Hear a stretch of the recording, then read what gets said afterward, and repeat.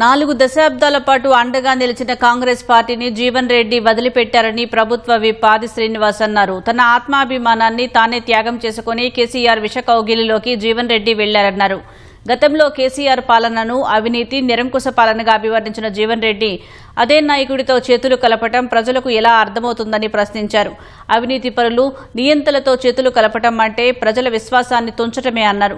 తెలంగాణ సమాజం కేసీఆర్ పాలనను తిరస్కరించి ప్రజాపాలనకు మద్దతు ఇచ్చారని గుర్తు ఆది శ్రీనివాస్ చేశారు. జీవన్ రెడ్డి ముందుగా ప్రజలకు సమాధానం చెప్పి ఆ తర్వాత కాంగ్రెస్ పార్టీపై మాట్లాడాలన్నారు.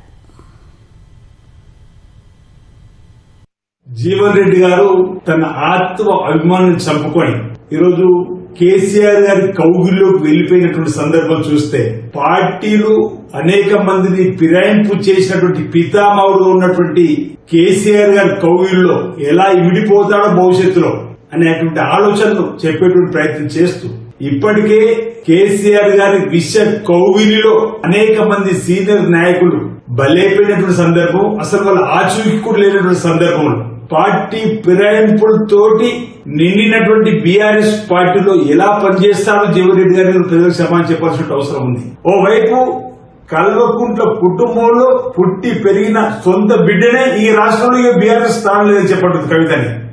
కవితను మరో పార్టీ పెట్టేటువంటి క్రమంలో ఈరోజు కాంగ్రెస్ పార్టీని గాని రేవంత్ రెడ్డి గారిని విమర్శించేటువంటి సందర్భంలో మేము తప్పుపడతా ఉన్నాం.